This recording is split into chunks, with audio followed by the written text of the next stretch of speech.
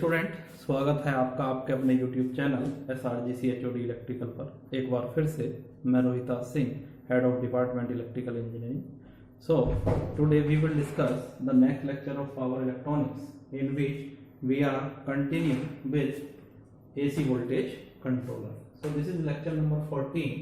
In previous lecture we have discussed the single phase half wave AC voltage controller with resistive load. Now in this lecture we will discuss single phase full wave AC voltage controller with resistive load. Okay, so आप देख सकते हो कि half wave AC voltage controller के अंदर हमने क्या किया था, केवल हमने पॉजिटिव हाफ साइकिल को कंट्रोल किया था, negative half cycle was not controlled. That's why in that case a thyristor was connected in anti-parallel with a diode. But here, since we have to control both the positive and negative cycle of the supply voltage, that's why we will use to control switch, that is thyristor T1 and thyristor T2. Okay. Now देखिएगा जो thyristor T1 है that will be used to control the positive half cycle of supply voltage and T2 will be used to control the negative half cycle of supply voltage. इसका मतलब ये है कि T1 को हम ट्रिगर करेंगे कहां पर, T1 को हम ट्रिगर करेंगे अल्फा पर, ठीक है, यानी इसको हम ट्रिगर करेंगे अल्फा पर. This is triggering angle, suppose this is alpha पर. उसके बाद ये नेक्स्ट कहां पर ट्रिगर होगा, next cycle is negative half cycle. इसका मतलब नेक्स्ट ट्रिगरिंग जो पल्स इसको देंगे हम वो कहां पर देंगे, 2 पाई प्लस अल्फा पर. This is 2 pi plus alpha. इसका मतलब ये ट्रिगर करेगा अल्फा पर, उसके बाद करेगा 2 पाई प्लस अल्फा. ठीक है, ये चीजें आपको क्लियर होनी चाहिए कि जब भी हम ड्यूरिंग पॉजिटिव हाफ साइकिल की बात करते हैं तो जिस थरिस्टर को हमें ट्रिगर कराना है वो कहां पर होगा, अल्फा पर होगा, उसके बाद कहां पर होगा, 2 पाई प्लस अल्फा पर. अगर मैं बात करता हूं to control the negative half cycle then we have to conduct the thyristor T2, so we will trigger T2. so T2 कहां ट्रिगर होगा आपका, देखिएगा T2 आपका ट्रिगर होगा during positive half cycle means after pi. So यहां पर हम trigger करेंगे किसको, T2 को. So this is pi plus alpha. ठीक है, उसके बाद तो ये कहां पर ट्रिगर करेगा आपका, पाई प्लस अल्फा पर करेगा. पाई प्लस अल्फा के बाद नेगेटिव आपका साइकिल कब आएगा, 3 पाई के बाद. सो नेक्स्ट ट्रिगरिंग इसकी कहां पर होगी, 3 पाई प्लस अल्फा पर, 3 पाई प्लस अल्फा. ठीक है, सो ये उसके बाद होगा आपका 3 पाई प्लस अल्फा पर ट्रिगर करेगा. ठीक है, तो आप देख सकते हो कि ड्यूरिंग पॉजिटिव हाफ साइकिल जब ये आपका प्लस है और ये माइनस है तो आप देख सकते हो during positive half cycle the T1 is in forward blocking mode and T2 is in reverse blocking mode. Means T2 का तो हम कुछ कर ही नहीं सकते फॉरवर्ड, क्योंकि ये रिवर्स ब्लॉकिंग मोड में है ड्यूरिंग पॉजिटिव हाफ साइकिल. केवल हम ट्रिगर करा सकते हैं किसको, T1 को. ठीक है, तो T1 को हम ट्रिगर कराएंगे कहां पर, अल्फा पर. तो देखिएगा अगर मैं बात करता हूं during positive half cycle, during positive half cycle when omega t is in between, that is alpha to pi, it is in between alpha to pi. ठीक है, जब हमारा ओमेगा टी किस किस के बीच है, अल्फा और पाई के बीच. सो T1 will conduct and T2 will remain in reverse blocking mode because we are taking here positive half cycle. ठीक है, so T2 will remain in reverse blocking mode and T1 will conduct because at alpha we are providing the gate pulse to T1. So equivalent circuit will be looks like that. This is T1, this is T2, like that. This is T2, this is load resistance R, this is output voltage V0 and this is the supply voltage. This is supply voltage plus minus Vs is equal to Vm sin omega t and this is output current I0. Okay, this will be the thyristor current I of T1. It will flow from anode to cathode and here the thyristor current IT2 is equal to 0. Thyristor current IT2 is equal to 0 and this is the supply current I of S. ठीक है, so we can apply KVL here to find the output voltage. See here.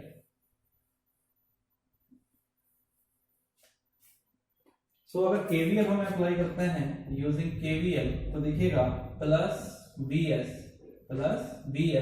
Minus V0 is equal to 0. और V naught will be equal to what, this is equal to Vs is equal to Vm sin omega t, means during positive half cycle when omega t is between alpha to pi, the output voltage will follow the supply voltage. So we will draw a line here at alpha like that. Similarly we will draw a line at pi plus alpha and 2 pi plus alpha, this is 2 pi plus alpha, and similarly at 3 pi plus alpha. Okay, so output voltage will follow the supply voltage from alpha to pi, from this is 0, this is pi, sorry this is alpha and this is pi. ठीक है, उसके बाद अगर मैं बात करूं output current की, so I naught will be equal to simple V naught divided by R because load is resistive load, so it will be Vm upon R sin omega t. ठीक है, both the voltage and current will be same phase.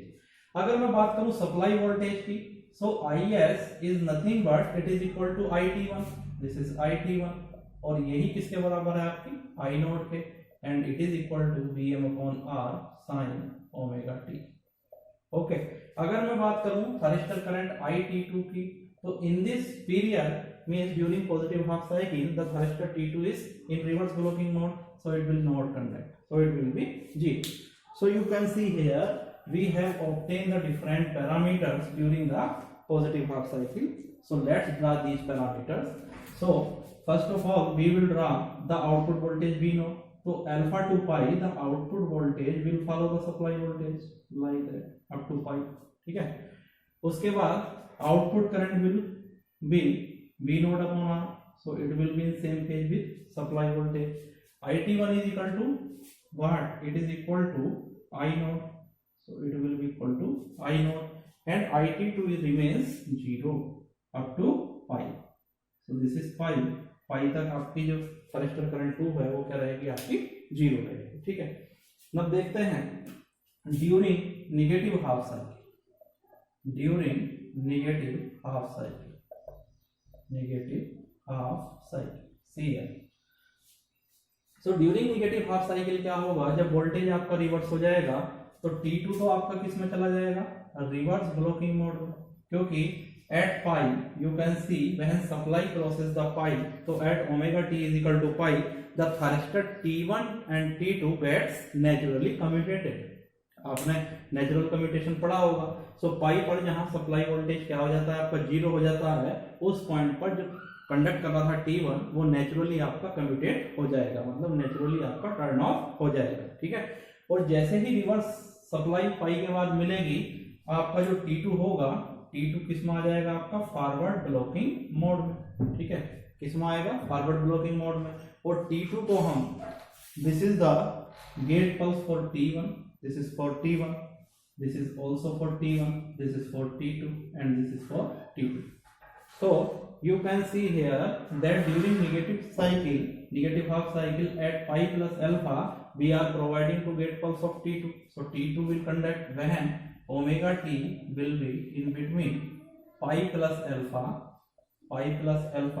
up to 2 pi, up to 2 pi. ठीक है, क्योंकि देखिएगा पाई पर तो क्या हो रहा है, पाई पर हालांकि पाई से पाई प्लस अल्फा तक आपका T2 फॉरवर्ड ब्लॉकिंग मोड में है, लेकिन क्योंकि गेट पल्स हम कहां पर जाकर दे रहे हैं, पाई प्लस अल्फा पर, so T2 will conduct at pi plus alpha and it will conduct up to 2 pi. At 2 pi it will get naturally commutated. ठीक है, so let's draw equivalent circuit. The T1 will remain in reverse blocking mode, this is T2 will be in forward conduction mode, this is output resistance, this is R, this is plus minus output voltage V0, and this is supply voltage. Now supply voltage gets reverse, this is minus, this is plus, so Vs is equal to, this is Vm sin omega t. Okay, you can see here. Now the current will flow in the load like that. This is the direction of output current I naught. ठीक है, and this is the supply current Is. The current in thyristor T1 will be equal to 0, but current in thyristor T2 will be equal to will naught be equal to 0, it will be equal to I naught. ठीक है, तो इस तरह से हम देख सकते हैं this is the equivalent circuit. तो यहाँ पर KVL अप्लाई कर सकते हैं to determine the output voltage. See here using KVL, this is minus of Vs minus of V naught is equal to 0, so V naught will be equal to minus Vs and minus Vs is equal to minus Vm sin omega t. Okay, similarly output current I naught will be equal to V naught divided by R, so it will be minus Vm upon R sin omega t. Okay, so these are the output voltage and output current. So you can see here from when omega t is between pi plus alpha to 2 pi, in this duration the output voltage is following the input voltage. ठीक है, so इसका मतलब जो output voltage होगा वो कैसा होगा, जैसे आपका इनपुट वोल्टेज है। उसके बाद अगर मैं बात करूं आउटपुट करंट की, तो ये होगा आपका minus Vm upon R sin omega t, it will remain in same phase with supply voltage.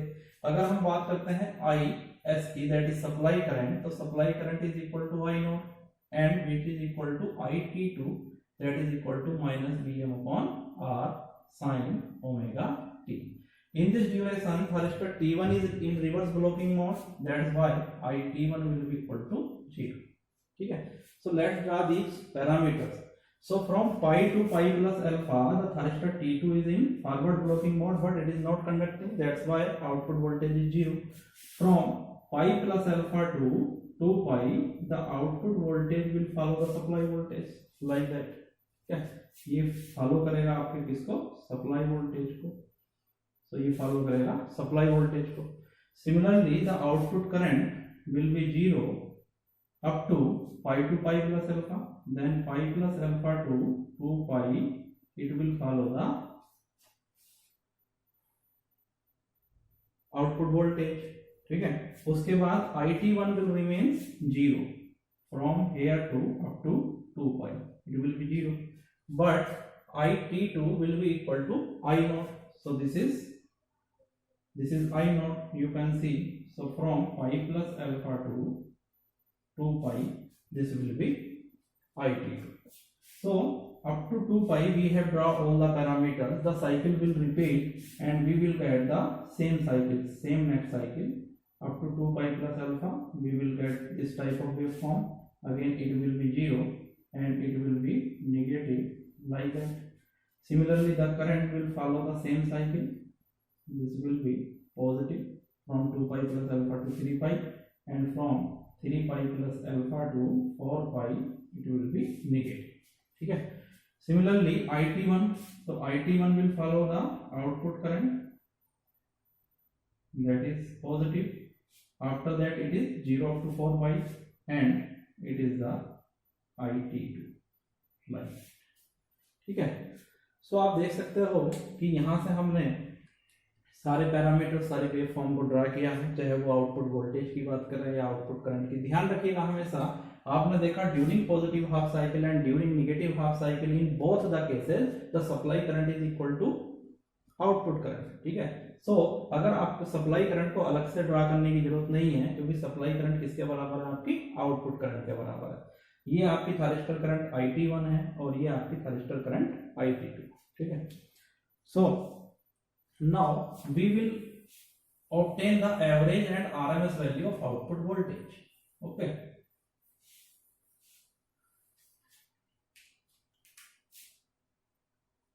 average output voltage. तो अगर आउटपुट वोल्टेज की बात करते हैं, एवरेज आउटपुट वोल्टेज की, तो V naught average will be equal to 1 upon time period. Time period is how much, it is 2 pi. इसको लिख लेते हैं, this is pi, this is pi plus alpha, this point is 2 pi, this is 2 pi plus alpha. ठीक है, and so on. ठीक है, सो आप देख सकते हैं कि V naught average is equal to 1 upon 2 pi integration, we are getting the output voltage 0 to 2 pi। ठीक है, but from 0 to alpha the output voltage is 0, we are getting alpha to pi. ठीक है, so we are getting alpha to pi, that is V naught as a function of omega t d omega t plus again pi to pi plus alpha we are getting zero output voltage, we are getting negative output voltage from pi plus alpha to 2 pi, so it will be pi plus alpha to 2 pi. This is v naught as a function of omega t d omega t. ठीक है, so this is 1 upon 2 pi integration alpha to pi. देखिएगा alpha to pi we are getting the output voltage as the input voltage and input voltage is Vm sin omega t. This is positive d omega t plus pi plus alpha to 2 pi we are getting the output voltage as negative, that is minus Vm sin omega t and d omega t. So ये minus sign हम बाहर लिख सकते हैं, this is minus है.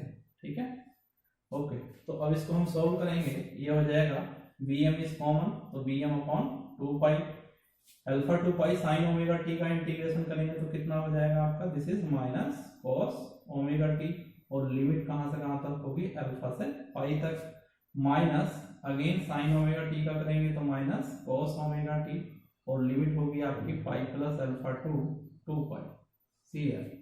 सो it will be Vm upon 2 pi into minus cos pi minus minus plus, this is cos alpha, minus this is minus cos 2 pi and minus minus plus, that is cos pi plus alpha. ठीक है, so minus cos pi is equal to 1, क्योंकि cos pi कितना होता है, minus 1 होता है, तो minus minus plus Vm upon 2 pi into it will be 1 plus cos alpha, minus minus plus cos 2 pi is equal to how much, it is equal to 1, because cos 2 pi is nothing but it is 360 मतलब 0 degree, तो cos 0 is 1, तो plus 1, this is plus minus minus cos pi plus alpha, और cos 180 plus theta is equal to होता है minus cos theta.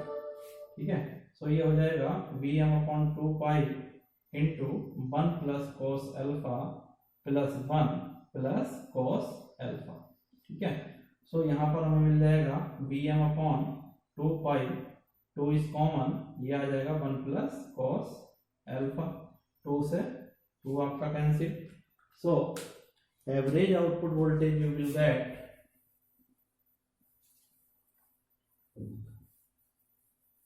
that is V naught average is equal to how much, it is equal to Vm upon pi into 1 plus cos alpha. क्या, सो इस तरह से हमारे पास output voltage आया. सो आप देख सकते हैं कि हाफ वेव में यही एक्सप्रेशन हमारे पास कितना आ रहा था, Vm upon 2 pi into 1 plus cos alpha. Here in full wave AC voltage controller, the average output voltage has been increased just double to that of single phase half wave AC voltage controller. ठीक है, so अगर मैं output current की बात करता हूं तो I node average will follow V node average divided by R, because it is resistive type of load, so it will be equal to Vm upon pi R into 1 plus cos alpha. This is I node average.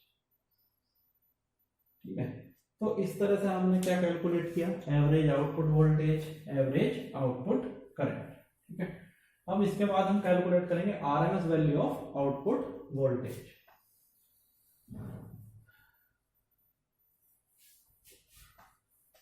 So I think that we have to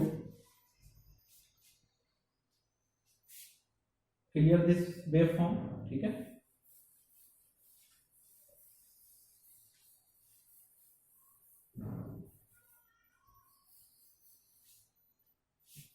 मैं यहाँ पर draw कर देता हूँ output voltage waveform that we are getting, this is omega t, from alpha to pi we are getting like that, this is pi, from pi to pi plus alpha we are getting like that. ठीक है, this is 0, this is alpha, this is pi plus alpha and this is 2 pi. Okay, this is V naught and this is the Vm. So this is output voltage waveform. So we have to calculate RMS output voltage. We have to calculate the RMS value of output voltage. ठीक है, so v naught r square is equal to 1 upon 2 pi. Again we will break this integration from 0 to 2 pi from alpha to pi, so it will be alpha to pi. We are getting v naught as a function of omega t का square करेंगे d omega t plus again pi plus alpha to 2 pi. This is v naught as a function of omega t का square this is d omega. ठीक है, so it will be 1 upon 2 pi integration alpha to pi. See here v naught is how much during this positive cycle, this is vm sin omega t, so it will be vm square sin square omega t d omega t plus pi plus alpha to 2 pi. This is minus vm sin omega t. ठीक है, but अगर minus vm sin omega t का अगर square करेंगे तो it will B plus vm square sin square omega t and this is d omega t.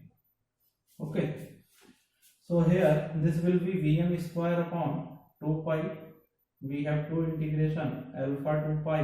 This is sin square omega t. We can write that 1 minus cos 2 omega t divided by 2 and this is d omega t plus this will be pi plus alpha to 2 pi.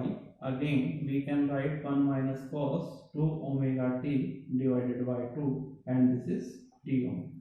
ठीक है, so यहाँ पर वो आपका दोनों में common है, तो it will be vm square upon 4 pi. See here now this is 1, so it will be omega t. Upper limit is pi, lower limit is alpha. This is minus cos 2 omega t का कितना हो जाएगा sin 2 omega t divided by 2. Lower limit आपकी कितनी होगी alpha, upper limit होगी पाई. ठीक है, प्लस यहां पर देखिएगा 1 का करोगे कितना हो जाएगा ओमेगा टी, अपर लिमिट कितनी है 2 पाई, तो 2 पाई माइनस अल्फा. ठीक है, माइनस इसका देखिएगा cos 2 ओमेगा टी का कितना हो जाएगा sin 2 omega t divided by 2. Lower limit कितनी है आपके पास pi plus alpha, upper limit है कितनी 2 पाई. ठीक है, तो यहाँ पर ये हो जाएगा this is vm square upon 4 pi into ये कितना बचा आपके पास, ये पाई माइनस अल्फा बचा ये भी, तो पाई minus alpha plus pi minus alpha, because 2 pi minus alpha so it will B pi minus alpha. ठीक है, सो 1 plus pi minus alpha and plus pi minus alpha it will B 2 pi minus alpha. ठीक है, now see here this term, this is minus sin 2 omega t means it will be sin, it will be upper limit will be sin 2 pi and sin 2 pi is equal to 0. ठीक है, because sin n pi is 0 minus sin 2 alpha, this will be sin 2. ठीक है, minus again देखिएगा यहाँ पर रखेंगे omega T की जगह 2 पाई, तो ये हो जाएगा 4 pi sine n pi, again कितना हो जाएगा आपका 0 minus sine 2 into pi plus alpha divided by 2. ठीक है,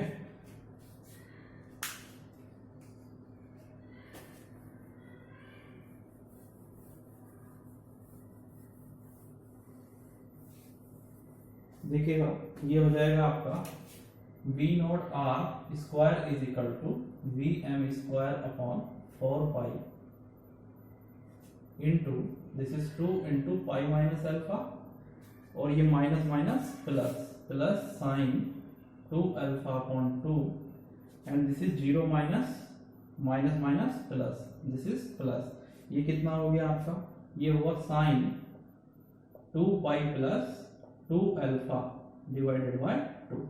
देखिएगा साइन 2 पाई का मतलब साइन 360 डिग्री. ठीक है, so sine 360 plus theta is equal to होता है sine theta, so it will be vm square upon 4 pi into 2 into pi minus alpha plus sine 2 alpha upon 2 plus sine 360 plus theta is equal to sine theta, so it will be sine 2 alpha upon 2. So it will be this 2 and this 2 will be outside, so it will be vm square upon 2 pi and it will be pi minus alpha plus sin 2 alpha divided by 2. So we can calculate the value of V naught R. So V naught R will be equal to Vm upon under root 2 pi under root pi minus alpha plus sin 2 alpha upon 2. ठीक है, और V naught R we can write that is Vm under root इस 2 पाई को इसके साथ लिख सकते हैं पाई minus alpha plus sine 2 alpha upon 2 divided by 2 पाई. ठीक है, सो this is the expression for output RMS voltage. ठीक है, सो इस तरह से हम निकाल सकते हैं RMS value of output voltage. Similarly output RMS current I naught R is equal to simple V naught R divided by R. So I naught R is equal to Vm upon R under root pi minus alpha plus sin 2 alpha divided by 2 upon 2 pi. This is the value of RMS output current. ठीक है, so हमने देखा कि average output current, average output voltage, RMS output voltage and RMS output current. Now see here the supply current. What is the value of supply current? So जैसे कि wave form में मैंने आप लोगों को बताया था कि during positive half cycle as well as during negative half cycle the supply current is nothing but it is equal to I naught R. तो RMS supply current, RMS supply current, RMS supply current that is ISR is equal to this is I naught R. Means RMS value of supply current will be equal to RMS value of output current as the supply current is equal to output current. ठीक है, similarly IS average is equal to I naught average. ठीक है, इस तरह से निकाल सकते हैं. अगर मैं कहूं आउटपुट पावर कितना होगा तो output power P naught will be equal to that is RMS value of output voltage that is V naught R RMS value of output current into cos phi. अब लोड कैसा है आपके पास, यहाँ पर resistive load है. Since for R load cos phi will be equal to it will be 1. So P naught will be equal to simple that is V naught R into I naught R. This is the value of output power. ठीक है, now input power factor, input power factor or supply power factor. So many times I have told you that whenever we have to determine the input power factor or supply power factor, put the input power equal to output power. So for that P in is equal to P out.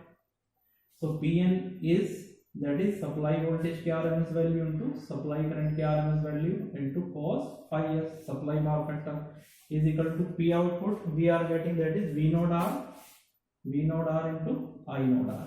So you can see here that the RMS value of supply current is equal to RMS value of output current. So since ISR is equal to I naught R, it means these two terms will be cancelled out. So supply power factor cos phi s will be equal to V naught R divided by VSR. ठीक है, सो इस तरह से हम निकाल सकते हैं supply का पावर फैक्टर या input power factor. Now we have to determine the average value and RMS value of thyristor current. ठीक है, what is the average value and RMS value of thyristor current.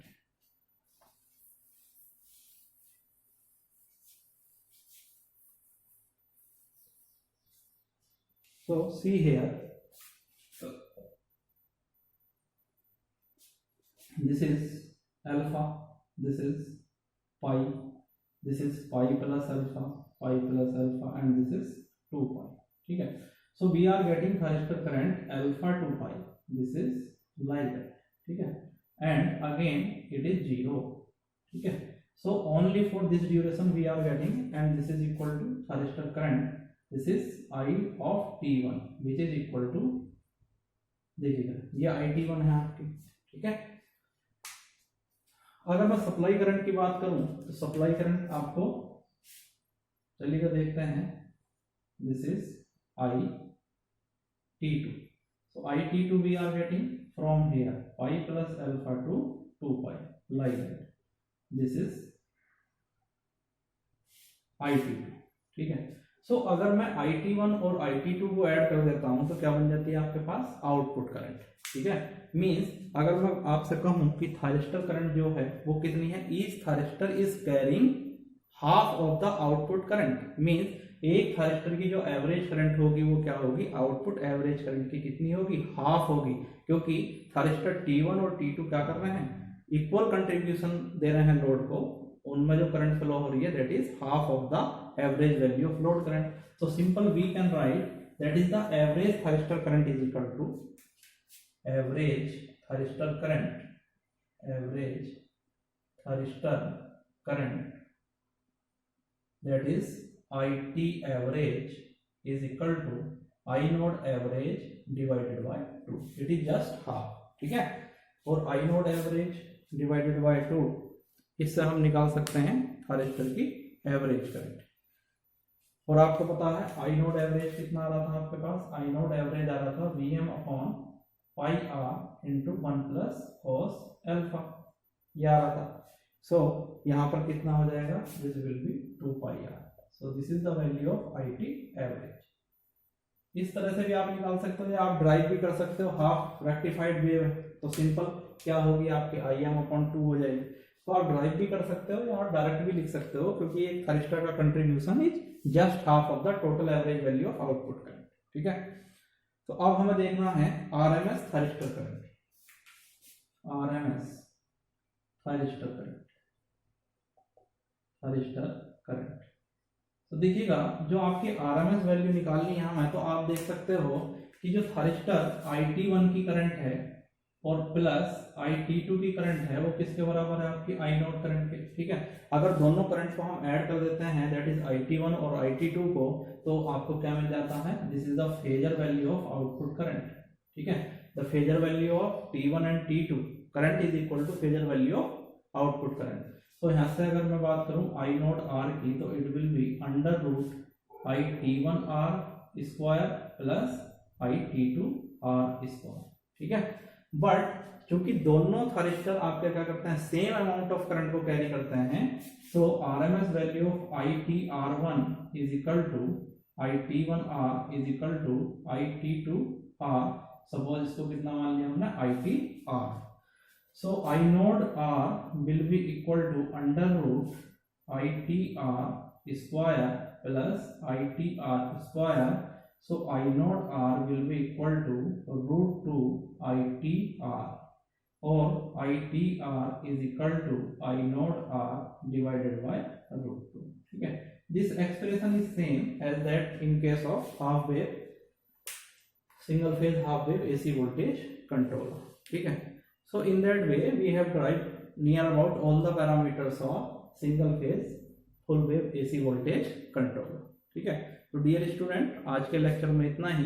आज के lecture में जो हमने study किया है वो सारे पैरामीटर्स स्टडी किए हैं, किसके लिए, रजिस्टिव लोड के लिए। In the next lecture we will discuss the same single phase full wave AC voltage controller with inductive type of load, that is RL load.